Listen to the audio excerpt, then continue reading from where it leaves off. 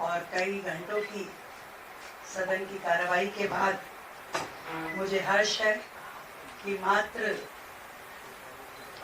5 महीने के अपने कार्यकाल में हमने 3 बिल पास करवाए, जबकि यदि मैं पिछली सरकार का देखूं तो उनके 5 साल में 14 बिल हुए थे केवल। उन 14 बिलों में 5 तो जीएसटी के ही थे, 5 सैलरी के थे और एक आधा कोई और था। तो 14 बिल 5 साल में हुए और हमारे इस छोटे से कार्यकाल में हमने 3 बिल इसे पास करवाए। और सबसे अच्छी बात जो थी कि पूरा डेमोक्रेसी के साथ में हर सदस्य की इन्वॉल्वमेंट, हर सदस्य ने अपने विषय रखे।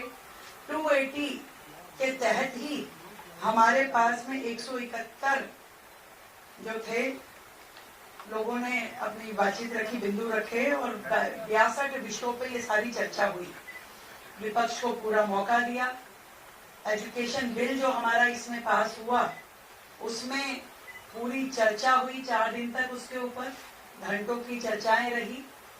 पूरा मौका हर सदस्य को उस पर बोलने का हुआ, सबने अपने विचार रखे और उस पर बातचीत हुई। इसी तरीके से जीएसटी के भी दोनों बिल, जिस पे कि पहले कभी जीएसटी के बिलों पे चर्चा नहीं होती थी, विपक्ष ने कहा हमें चर्चा करनी है तो हमने उस पर चर्चा करने का पूरा मौका दिया। और मुझे इस बात पे अचरज था कि जो जीएसटी के बिल स्वयं उनके समय के थे, जिस समय माननीय नेता विपक्ष खुद फाइनेंस मिनिस्टर थी, उनके समय के पास हुए केंद्र सरकार के ये जीएसटी के संशोधन बिल, जिसमें 45 संशोधन थे जो कि जीएसटी की प्रक्रिया को जनता के लिए सुलभ करने के माध्यम थे, वो वर्तमान में भी सरकार में लागू है। उन सारे संशोधनों पे सरकार काम कर रही है, चल रहा है, उनके अकॉर्डिंगली काम चल रहा है। और वो लगातार जिस तरीके से अनजान बन के कि हमें इसकी जानकारी दी जाए, तो ये बड़ा हास्यास्पद था। और जब चर्चा करने का मौका दिया तो पता चला उनके पास वक्ता ही नहीं थे और उन्होंने विषयों को भी इस तरीके से, मतलब विषय था ही नहीं, पॉइंट उन्होंने पढ़ दिए और उन पॉइंट्स का हमने सबका आंसर दिया, उनको विषय के भी बताया कि चलिए आपने आपके समय के संशोधनों को हम ही आपको बता देते हैं। और जो भी पूरा बिजनेस इस विधानसभा सत्र के दौरान हुआ, जिसका एक विषय था वो जो विधानसभा में फांसी घर, जो झूठ और प्रपंच पिछली सरकारों ने रचा, तो उसका किला भी इस सत्र के दौरान ढाया गया। सदस्यों ने इसमें भी पूरी चर्चा की और कोई तथ्य बिना पिछली सरकारों ने जिस तरीके से जनता की भावनाओं के साथ खेला, एक प्रवृत्ति रही पिछली सरकार के मुखिया की कि जनता की भावनाओं के साथ खेलते हुए किसी भी हद तक चले जाना। और दिल्ली विधानसभा की ये बिल्डिंग जो कानून बनाने के लिए है, जो जनता दिल्ली को चलाने के लिए थी, वहां उसे फांसी घर साबित करके उन्होंने लोगों की भावनाओं के साथ जो खिलवाड़ किया, वहां पे उस पाखंड का भी अंत हुआ। ये भी एक अच्छा विषय रहा। कभी भी 280 पे इस तरह की चर्चाएं पिछली सरकार के समय में नहीं होती थी। जो भारतीय जनता पार्टी की सरकार ने डेली 1 घंटा 280 पे चर्चा होना अपने आप में एक ऐसा विषय था जिसमें सभी माननीय सदस्यों ने अपने क्षेत्र की समस्याएं वहां कही और वो सारी जितने भी विषय वहां आए थे हमने विभागों को भेज दिए हैं।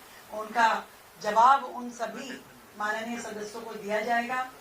एक बेहतरीन लोकतांत्रिक पद्धति का अनुपालन करते हुए दिल्ली सरकार काम कर रही है। मुझे खुशी है कि शिक्षा के इतना बड़ा बिल जो वर्षों से लंबित था, उसको इस अपने पहले ही मानसून सत्र में हमने इसे पास किया और जनता को एक बड़ा सुकून इसमें मिला है। पूरी दिल्ली भर से पेरेंट्स का धन्यवाद सरकार को मिल रहा है। लगातार जनहित में अनेकों पॉलिसी रिफॉर्म सरकार कर रही है और इसी प्रकार आगे भी करती रहेगी। हमने कोशिश की कि हमारे ये जो सत्र हैं ये सिंबॉलिक ना रह करके इनको सार्थक बनाया जाए, सदस्यों की सहभागिता हो, पूरी उपस्थिति हो और हर व्यक्ति इस विधानसभा के माध्यम से अपना कर्तव्य पूरा करे जो जनता के प्रति उसका है। तो मैं आप सबके माध्यम से यही कहना चाहती हूँ कि ऑपरेशन सिंदूर से शुरू हुआ ये सेशन और सीएजी रिपोर्ट तक चला।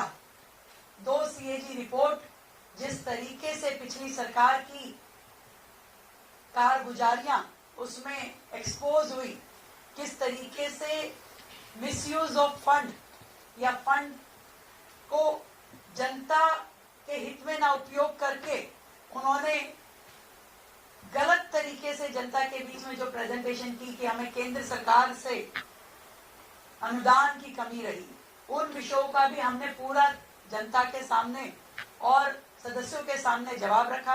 कब कब केंद्र सरकार ने कितनी कितनी फाइनेंशियल असिस्टेंस दी और दिल्ली सरकार ने उसका किस तरीके से दुरुपयोग किया। यमुना सफाई के नाम पे फंड मिला तो उसमें काम नहीं किया, अमृत योजना में फंड मिला तो उसमें कूड़े के पहाड़ इत्यादि का काम नहीं किया। और हर जगह उन्होंने यहाँ तक कि 52,000 करोड़ रुपए जो जीएसटी सेस के माध्यम से दिल्ली सरकार को मिले उसका भी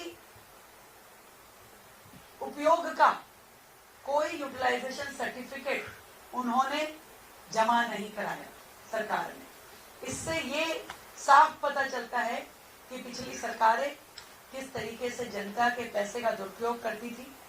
और आज जब एक एक रुपए का उपयोग जनता के लिए हित के लिए किया जा रहा है, योजनाओं के ऊपर पूरी तरीके से अमल होना, क्रियान्वयन होना, ये सब आज की सरकार कर रही है। मैं ये समझती हूँ कि इसी तरीके से सरकार एक एक कदम आगे बढ़ाएगी और जनता के हित में निर्णय लेगी। धन्यवाद। सत्र के दौरान भी स्प्रे एनिमल्स के ऊपर चर्चा हुई, आज सुप्रीम कोर्ट का एक ऑर्डर भी आया है, सरकार को किस तरह से मैनेज करेगी? देखिए, ये बात सच है, दिल्ली की जनता वर्षों से इस विषय पे परेशान है और सरकार, पिछली सरकारों ने जो किया और नगर निगम में जिस तरीके से काम चल रहा था, हम उन सब के ऊपर लगातार हमारी सरकार बनने के बाद से इन विषयों पे चर्चा करते हुए इसके समाधानों पे वर्कआउट कर ही रहे थे। इसमें माननीय कोर्ट ने जो आदेश दिया है वो भी हमारे लिए बहुत महत्वपूर्ण है। हमारा एक ही ध्येय है, दिल्ली की जनता को राहत देना। आज ये प्रॉब्लम जिस विकराल रूप धारण करके दिल्ली के सामने खड़ी है, इसमें सरकार की ईमानदारी के साथ में समाधान देना ये बहुत महत्वपूर्ण है, जिसकी हमने पूरी योजना बनाते हुए इस समस्या पे काम हम करेंगे और दिल्ली की जनता को बड़ा लाभ हम लगातार देने वाले हैं।